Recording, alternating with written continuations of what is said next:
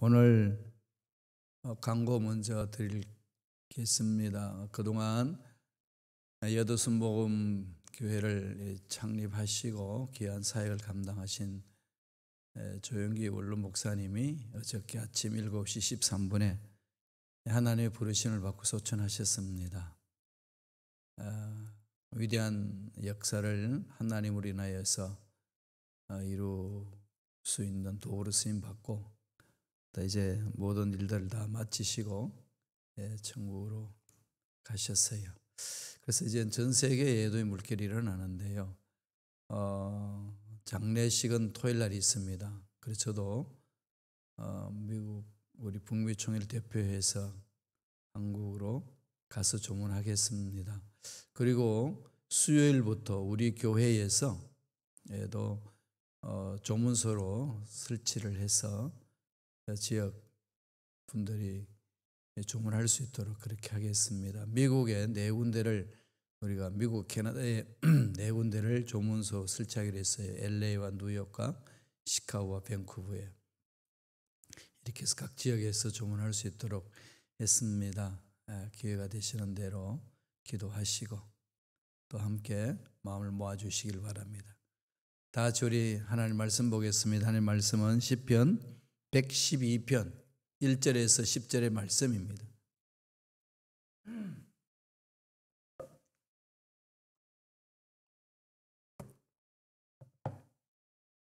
시편 112편 1절로 10절 말씀 다 같이 우리 한 목소리로 봉독하겠습니다. 할렐루야. 야훼를 경외하며 그의 계명을 크게 즐거워하는 자는 복이 있도다.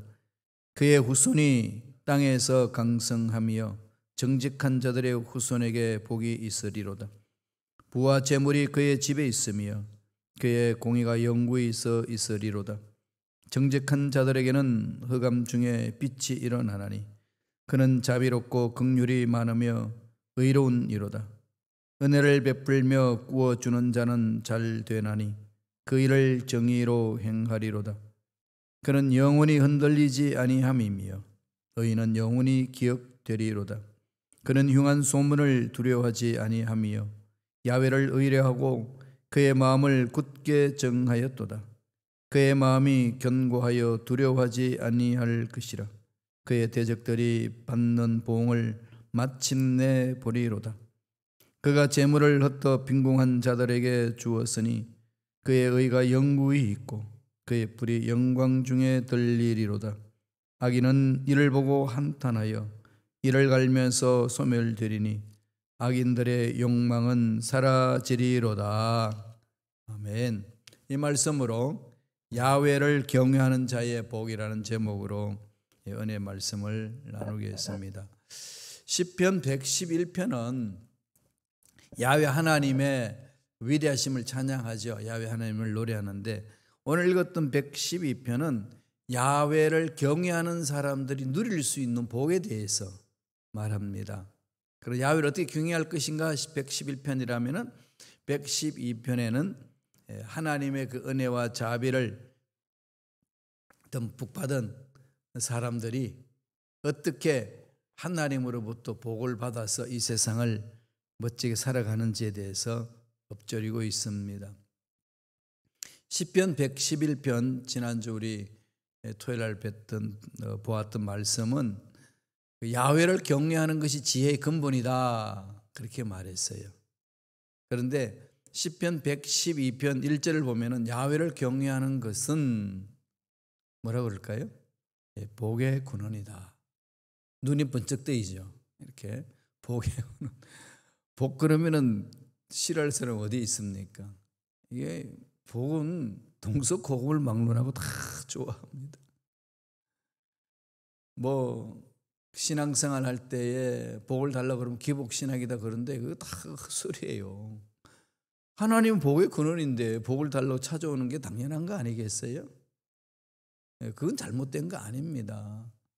하나님 복의 근원이고 복의 근원 앞에 복을 받기를 소망하는 것은 자녀들이 당연한 자세죠. 뭐가 문제일까요? 왜 복을 받으려고 그러냐? 복을 받았는데 하나님이 주신 복을 가지고 무엇을 하고 있느냐, 이걸 잘못된 것을 질책을 하고 올바른 길로 갈 수 있도록 교훈해야 되는 거지, 하나님 앞에 기도할 때 복 달라고 기도하면 안 된다고 하면 그 잘못된 거겠지요. 기복이 신앙이다, 이 말을 좀 잘 이해해야 됩니다. 삶을 말하는 거거든요. 주셨는데, 하나님 주신 복이 있는데 그 복을 나누어 주고 그 복을 통해서 하나님의 위대하심을 드러내고, 그러면 또다시 하나님이 복을 채워주시고 나누고 이런 것 아니겠어요? 하나님이 복을 채워주시지 아니하시면 어떻게 나누겠습니까? 공산주의는 있는 걸 가지고 나눈다고 하는데, 자기 스스로 있는 거 가지고 나누면 좋겠는데 인간 스스로 어떻게 다 복을 받을 수 있겠어요? 그러니까 나누니까 뭐까지 나누죠? 가난까지 나누잖아요. 그래서 다 가난한 거예요, 그냥. 그건 지옥 같은 삶이죠. 하나님 나라는 그렇지 않습니다. 하나님 나라는 풍성하잖아요. 줘도 풍성하게 막 채워지죠. 그러나 채워져야 나눌 수 있는 거거든요. 그래서 오늘 본문 말씀에서 야훼를 경외하는 것이 복의 근원이다, 이 말씀이에요. 그러니까 늘 이 말씀을 마음판에 새기라는 거 아니겠습니까? 그런데 이 말씀을 새기라 그래도요, 참 눈에 보이는 것에 끌려다니는 게 연약한 우리 인간들의 삶의 모습이기 때문에 이게 참 와닿지가 않은 것 같아요. 먼저 그 나라 그 일을 구하라, 그래야하면 이 모든 게 뭐죠? 구하는 것, 필요한 모든 것 다 채워주시리라, 그렇게 주님이 말씀하셨는데 그게 와닿지 않는 것 같아요. 먼저 그 나라 그 일을 구하기가 너무 힘드신 거예요. 그러다가 보니까 그 하나님 말씀을 삶 속에 체험하는 것이 너무 약합니다. 이 좀 도전받아야 되지 않겠어요? 먼저 그 나라 그 일을 구하라, 하나님이 책임져 주신다. 이게 참 신앙의 삶인데 이건 하루아침에 되지는 않아요. 훈련해야 되거든요. 좀 말씀대로 살려고 했을 때 고난이 오고 핍박이 오고 어려움이 있는 것을 참아내면 때가 되면 이루어지는데 그거 못 참거든요. 훈련 안 되면 그게 못 이겨냅니다. 말씀은 말씀이고 내 삶은 삶이고 이렇게 자꾸 분리되기가 참 쉽거든요. 그래서 자꾸 말씀 묵상하고 암송하고 말씀대로 살아보겠다는 훈련이 필요한 거죠. 예수님 한 분으로 만족합니다. 굶어가면서도 예수님 한 분만으로 만족합니다. 이 신앙 고백 결단 하나님이 지켜보시거든요. 입술로 그러는 건지 정말 마음에 깊이 고백인지 그 삶의 가치관인지 하나님 아시잖아요. 그럼 하나님이 복을 받을 수 있는 그릇이 준비되면 부어주시거든요. 이 성경에서 증언하는 말씀 아니겠습니까? 우리는 그렇게 삶 속에서 실험하면서 체험해야 하는 거죠. 이게 신앙생활이라고 강조합니다. 한번 도전합시다. 먼저 그 나라 그 일을 구하면 하나님이 어떻게 채우시는지. 막 세상은 힘들고 어려운데 먼저 그 나라 그 일에 집중하다 보면 하나님이 채우시는 그 기적 같은 역사, 이를 맛보는 거죠. 그래서 오늘은 하나님을 경외하는 자에 그런 복이 있다는 거예요. 어떤 복이 있다고 말씀하는지 볼까요? 첫째로 후손이 땅에서 강성하게 된다는 거죠. 우리의 후손들이 잘 되는 것만큼 좋은 게 어디 있어요? 후손이 잘 되면 배가 아픈가요? 그런 사람 아무도 없죠. 자녀들이 잘 되고 후손이 잘 되는데 너네들은 왜 나보다 더 잘 살아? 이런 부모가 어디 있습니까? 기쁘잖아요. 행복한 거죠. 그러면은 후손이 강성하게 되기 위해서는 어떻게 하라는 거죠? 야훼를 경외하는 자라는 거죠. 경외한다는 것은 죄악을 미워하는 것이고 하나님의 말씀에 순종하는 삶 아니겠습니까? 오늘 시편 112편 2절 이렇게 이야기를 합니다. 다 같이 읽겠습니다. 그의 후손이 땅에서 강성하며 정직한 자들의 후손에게 복이 있으리로다. 이걸 가슴에 새겨야 되는 거죠. 정직하면은 올바로 살면은 세상에서 부하게 못 살아. 이거 사탄의 속임수예요. 성서는 거기에서 단히 이렇게 강조하잖아요. 아니다. 정직하게 살아도 복이 있다. 그래서 세계 곳곳에 예수 그리스도 이름으로 사업하는 기업들이 있어요. 참 물론 인간들 하기 때문에 다 완벽하진 않아요. 그러나 하나님의 가치관 가지고 기업을 일으키는 기업들이 있거든요. 막 간증 들어보면은요, 정말 눈물겨울 정도로 힘들고 어려운 상황도 경험하시더라고요. 그런데 마침내 하나님이 세우시는 것을 체험하시는 거죠. 정직한 자들의 후손에게 복이 있으리로다. 그러니까 부모님이 정직하게 살고자 몸부림치면은 이 세상은 정직한 사람들을 올바로 살아가지 못하도록 자꾸 미혹하고 막 괴롭히잖아요. 약한 것들은. 그래서 자꾸 타협을 하는데도 불구하고 정직하게 살고자 몸부림치는 그 부모님들을 통하여 자녀들이 배우고 그들이 삶 속에 열매를 맺는 거죠. 성서는 거짓이 없습니다. 정직한 자들의 후손에게 복이 있으리로다. 하나님이 주시는 약속의 말씀이에요. 3절에 볼까요? 3절에 이런 말씀이 있습니다. 3절을 봅니다. 부와 재물이 그의 집에 있으며 그의 공의가 영구히서 있으리로다. 하나님의 말씀을 즐거워하는 거죠. 하나님의 말씀을 마음판에 새기는 거죠. 그러면은 날마다 말씀 위에 쓰고 기도하고 다음에 말씀대로 실천하죠. 몸부림칠 때에 함께 사는 자녀들 또 후손들은 그 모습 속에 자연히 이렇게 물드는 거 아니겠어요? 그러면 흑암에서 이렇게 싸울 수 있는 이 마음이 생기고 또 생각이 정리가 되고 가치관이 형성이 되거든요. 그러면은 그들이 사회에 나가서 결정 내리고 결단할 때에 그 부모님들 또 할아버지 할머니가 보여준 그 모습에 자연스럽게 스며들어서 그렇게 가는 거지요. 그런데 성서는 그런 자들이 복이 있다. 복이 있다. 재물이 따라온다. 하나님이 함께 하시기 때문에 그렇다. 이렇게 계속 강조하고 있습니다. 그러면서 그의 공의가 영구히 있으리다. 하나님은 공의로운 분이잖아요. 아무리 흑암의 세력이 난리를 치고 불의가 난리를 쳐도 때가 되면 정리가 됩니다. 역사 속에서 보여주잖아요. 그죠? 지구촌에 있는 나라가 영구토록 강한 나라로 사지는 않습니다. 왜 그럴까요? 이 공의를 잊어버리거든요. 자꾸 타락해버리거든요. 그래서 가라앉거든요. 그러나 말씀에 써 있고 말씀대로 살고자 하는 나라는 쓰게 되어 있습니다. 제가 보니까요, 일본과 중국은 이 허물어지는 것은 순간적인 것 같아요. 그래서 이런 말 하면 좀 어쩔는지 모르지만 저는 중국을 위해서 날마다 기도하거든요. 일본을 위해서도 기도하고. 우상 숭배로 하는 나라는 망해야 된다는 거예요. 그럼 일본 사람 들으면 기겁을 하겠지만은 우상 숭배하는 나라는 쓸 수가 없습니다. 때가 되면 망하게 돼 있고 중국도 저 완전히 그 인본주의로 가잖아요. 공산주의를 수정으로 하면서 가는 건데 올바로 쓰지 못합니다. 중국이 분리돼야 돼요. 그래야 이 세계 질서가 평화롭게 잡히지 않겠어요. 하나님이 이 미국을 통해서 막 이렇게 뒤흔드는 것 같아요. 그래서 저는 그 기도합니다. 하나님, 중국은 분열되게 하옵소서.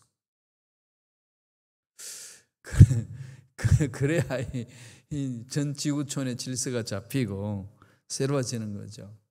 안 그러면 또 이게 지구촌에 막 흑암의 세력이 난리를 치거든요. 그래서 끊임없이 기도합니다.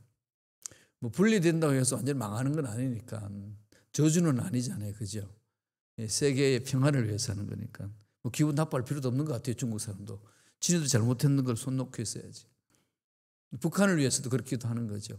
하나님, 이 하나님을 신뢰하지 않고 하나님을 대적하는 자는 그냥 뿌리째 뽑히게 하옵소서. 그러는 거예요, 그냥.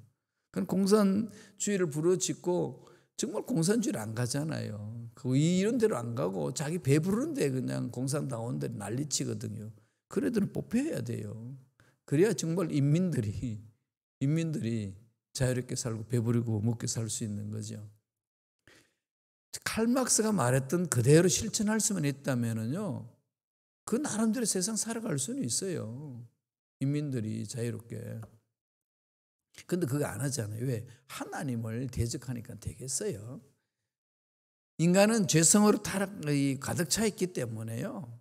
하나님에 의해서 새로워지지 않고 예수 그리스도 이름으로 거듭나지 아니하고는 안 됩니다. 아무리 돼지를 호텔 로비에 갖다 놔도 돼지우리로 만들고 말지 로비로 놔두겠어요? 이 세상도 마찬가지예요. 그들 뽑혀야 됩니다. 그럼 기도하는 거죠. 하나님 때가 되면은 뽑아주실 줄로 믿습니다. 바라보면서. 근데 확신이 서는 거는 역사를 보면은 안 뽑힌 자들이 없습니다. 히틀러도 뽑혔고 무솔린도 뽑혔고 다 뽑히잖아요. 때가 되면 김일성도 뽑혀나가고 기도하면서 가면은 정리가 되는 거 아니겠어요? 두려울 필요 없습니다. 끝까지 인내하고 기도하는 거예요. 기도에는 능력이 있습니다. 하나님이 역사하시거든요. 절망하지 맙시다. 환경이 어렵다고 몸이 안 좋다고 그냥 주저앉아서는 안 됩니다. 전능하신 하늘을 바라보고 달려가셔야 돼요. 두 번째로 하나님을 경외하는 자에게 어떤 복이 있다는 거죠? 선한 영향력이 있는 사람이 되는 거죠. 누구나 사람은 영향력이 있습니다. 두 종류죠. 악하게 영향력을 끼치는 사람이 있는 반면에 선하게 영향력을 끼치는 사람이 있습니다. 본인들 한번 돌아봤으면 좋겠어. 나는 어떤 부류의 사람인지, 악한 영향력을 끼치는 사람인지 선한 영향력을 끼치는 사람인지. 그런데 오늘 성경에서는 선한 영향력을 끼치는 사람이 된다는 겁니다. 누가요? 야훼를 경외하는 자. 야훼를 경외한다는 게 뭐죠? 죄악을 미워하고 하나님의 말씀에 순종하는 삶이 야훼를 경외하는 삶이잖아요. 그들은 지혜의 근본을 가진 자, 지혜의 근본이신 하나님을 만나는 것이고 복의 근원 되신 하나님을 만나니까 지혜로운 자의 삶을 살고 복을 누리면서 나누면서 사는 삶이라는 겁니다.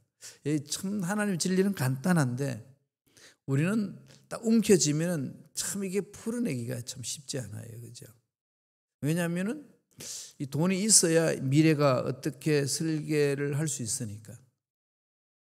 목회를 하다 보면은요, 일 저 일 하고 계획을 세워도 중직들이 돈 없어서 안 됩니다. 그러면은 밀고 나가기가 정말 어려워요.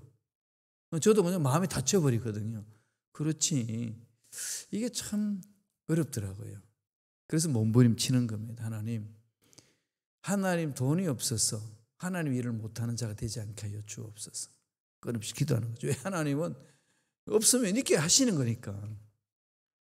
예수님을 보여주시잖아요. 말씀을 전하다가 먹을 때가 됐는데 배 고픈 그대로 돌려보낼 수 없으니까 먹이고 싶은 거예요.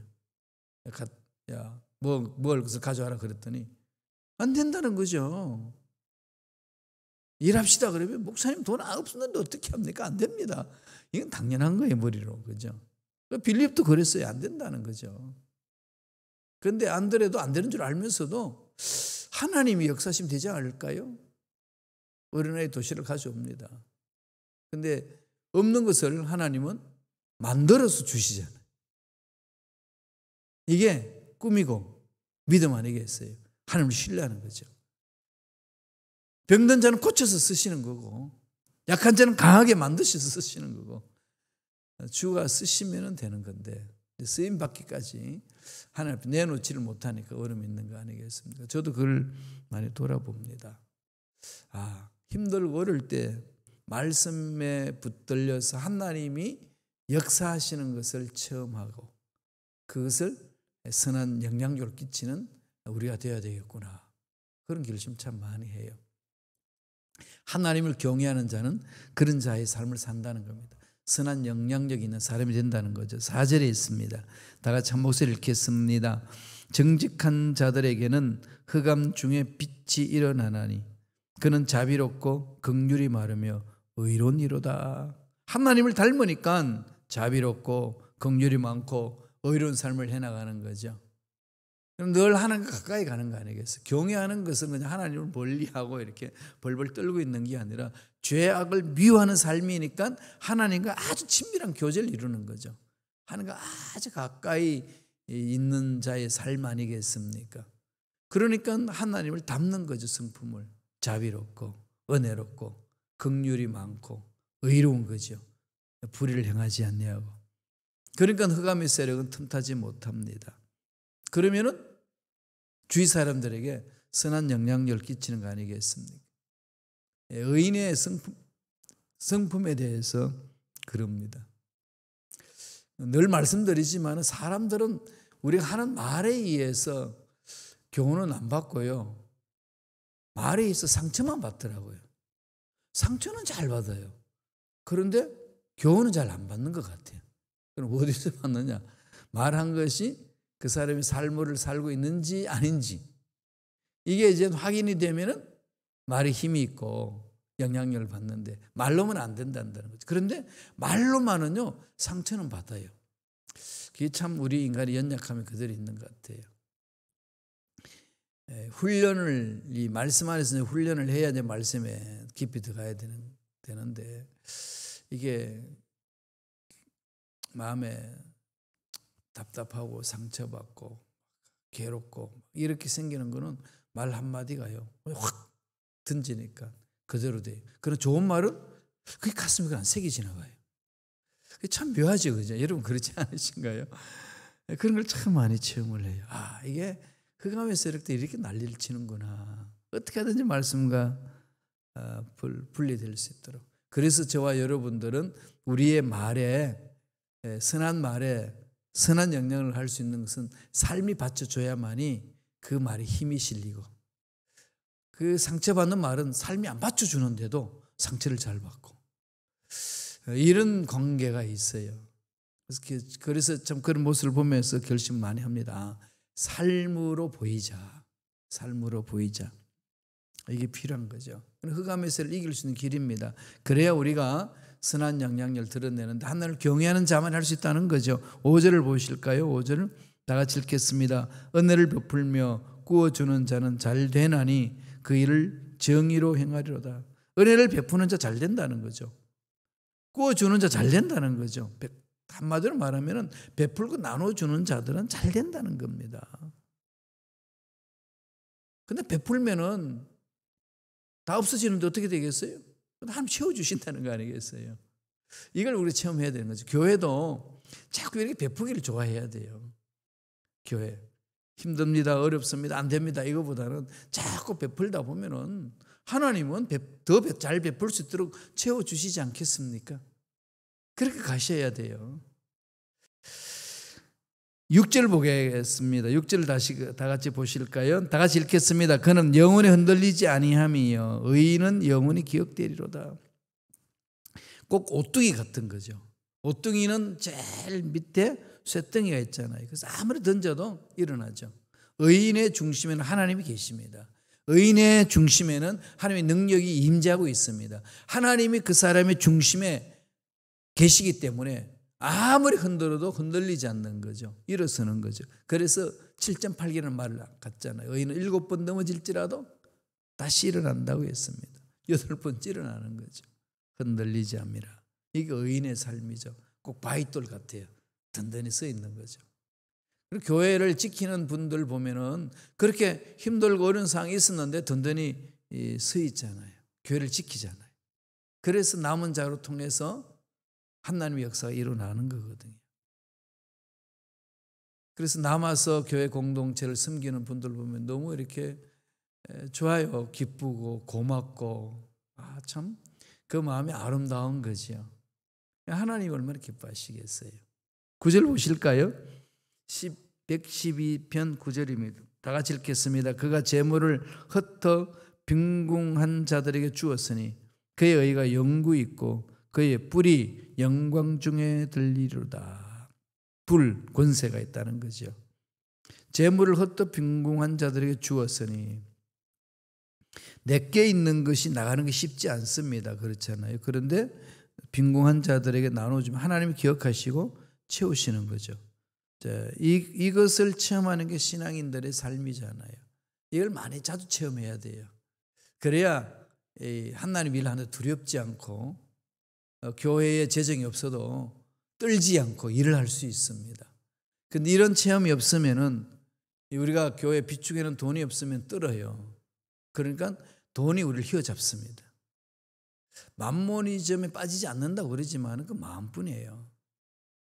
하나님의 능력과 돈의 능력 어디로 우리가 많이 기울까요? 물론 입술은 하나님 능력으로 외치지만 실질적으로는 돈의 능력에 이렇게 휘둘리잖아요. 휘둘리거든요. 하나님의 능력은 돈보다도 강하다는 걸 아는데 막상 이 교회에 돈이 없으면 휘둘려요. 우리 개인의 삶도 그렇지 않나요? 막 휘둘리죠. 이럴 때에 우리들은 마음을 딱 잡아야 돼요. 뭘로? 말씀으로. 말씀으로 딱 붙들고 하나님이 함께 하시면 이 문제 풀리는 역사가 일어날 줄로 믿습니다. 외치며 가는 거죠. 마지막 세 번째로 하나님을 경외하는 자에게 어떤 복을 주시죠? 내 마음이 경고하여 두려워하지 않는 거죠. 하나님을 두려워하면요 세상은 두렵지 않습니다. 하나님을 내 인생 전부를 바쳐서 내 마음 전부를 다 집중하여 그분에 올인해버리면 세상 두렵지 않아요. 그런데 올인하지 않으니까 두려운 거죠. 이것 저것 막 빼앗기고 건강이 잃고 문제가 생길까 봐 막 이게 막 두려움이 생기는 거 아니겠어요? 노심초사합니다. 그러나 하나님이 내 인생 전부를 책임집니다. 하나님만을 두려워하고 가면은 세상에 두려울 게 뭐가 있겠어요? 그분이 다 가지고 계시는데. 이게 참 우리 신앙생활에 중요하잖아요. 바울이 다메섹 도상에서 하나님을 만나잖아요. 주님을, 부활하신 주님을 체험하죠. 그리고 인생 180도로 바뀌어버립니다. 올인해버리잖아요. 그러니까 어디를 가도 기쁜 거예요. 왜? 영원토록 살아계신 하나님이 자기와 함께 임재하고 계시니까. 그게 확신이 있으니까. 그게 매 순간 체험하니까. 그래서 감옥소에 들어가도 바깥에 있는 사람이 기뻐하라. 다시 말하면 기뻐하라. 하나님 한 분만으로 만족한다. 예수님 한 분만으로 만족한다. 성령의 능력으로 내가 산다. 이 고백하는 그것이 제가 이제 비로소 이렇게 깨달아져요. 그렇구나. 바울이 그랬구나. 전 이 대학생 때는요, 바울이 그렇게 하는 거 정말 이해할 수 없었어요. 말이 안 된다고 그랬습니다. 어떻게 그러냐? 안 기쁜데. 괴로워 죽겠는데. 무슨 감옥소에 처박혀가지고 기쁘다고 난리냐. 저는 감옥소까지 안 가도 막 그렇지 않았거든요. 막 너무 힘들고 어려우니까 기쁘기는 무슨 기쁨, 괴로워 죽겠는데. 이랬는데 정말 그 하나님 능력을 처음 하나님만의 인생의 전부라고 체험될 때는 이루 말할 수 없는 은혜가 있는 거죠. 112편 7절 보실까요? 그런 흉한 소문을 두려워하지 아니함이며 야훼를 의라고 그의 마음에 굳게 정하였도다. 하나님이 내 인생의 전부입니다. 하나님만을 두려워하며 갑니다. 하나님이 붙들어 주시면 되는 역사 일어날 줄로 믿습니다. 고백하잖아요. 잠언서 29장 25절 꼭 외워놓으세요. 우리 대한민국 사람들 이 말씀 꼭 외우셔야 돼요. 다 같이 읽겠습니다. 사람을 두려워하면 올무에 걸리게 되거니와 야훼를 의지하는 자는 안전하리라. 하나님을 두려워하면 사람 안 두렵습니다. 문제 두렵지 않지요. 8절 보겠습니다. 112편 8절 다 같이 읽습니다. 그의 마음이 경고하여 두려워하지 아니할 것이라. 그의 대적들이 받는 보응을 마침내 보리로다. 악한 것들은 사라질지다 그러잖아요. 마침내 선은 악을 이긴다. 그렇게 말씀하는 거지요. 그 은혜가 저와 여러분 삶에 넘쳐나길 간절히 축원합니다. 기도하겠습니다. 하나님 아버지 감사합니다. 의인의 삶은 망하지 않음을 말씀을 통해서 다시 확인시켜 주시니 감사합니다. 하나님을 경외하고 야훼의 계명을 즐거워하는 사람들은 하나님이 예배하신 복을 누리고 나누고 형통한 삶을 산다고 하였사오니 그것을 우리가 사는 동안에 체험할 수 있도록 역사하여 주시옵소서. 흑암의 세력들은 떠나갈지어다. 우리 마음의 말씀 위에 서지 못하도록 흔드는 마귀들은 사라질지어다. 하나님 은혜 감사하여 예물 드립니다. 드린 손길 기억해 주시고 하는 일들마다 잘되는 놀라운 복 있게 하여 주시옵소서. 감사하고 예수님 이름으로 축복하며 기도드리옵나이다. 아멘.